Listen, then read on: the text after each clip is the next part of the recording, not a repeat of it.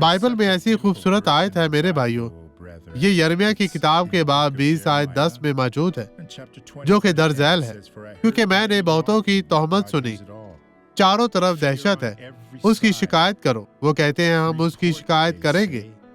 وہ میرے سب دوست میرے ٹھوکر کھانے کے منتظر ہیں اور کہتے ہیں کہ شاید وہ ٹھوکر کھائے، تب ہم اس پر غالب آئیں گے اور اس سے بدلہ لیں گے۔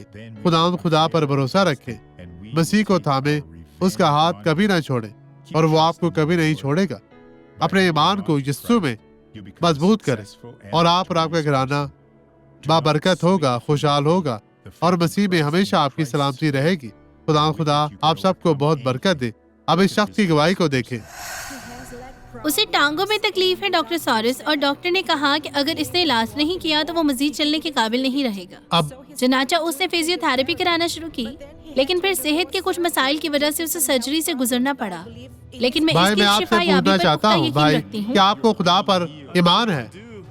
تو ٹھیک ہے، اب وہاں چلے اس کے پیچھے رہیں، وہ آپ کے ساتھ ہے۔ خدا آپ کو برکت دے رہا ہے۔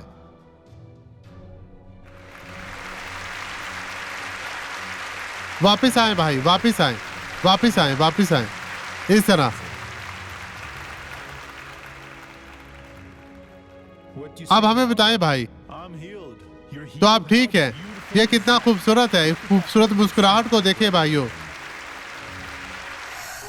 آئیں اب یسوع کے نام میں دعا کریں۔ باپ، میں ہر شخص کو برکت دیتا ہوں، کیونکہ میرا ایمان ان لوگوں کے ایمان کے ساتھ جڑا ہوا ہے، اور میں ہر طرح کی بدی کو ان کی زندگی سے نکالتا ہوں یسوع کے نام میں۔ خدا آپ کو برکت دے۔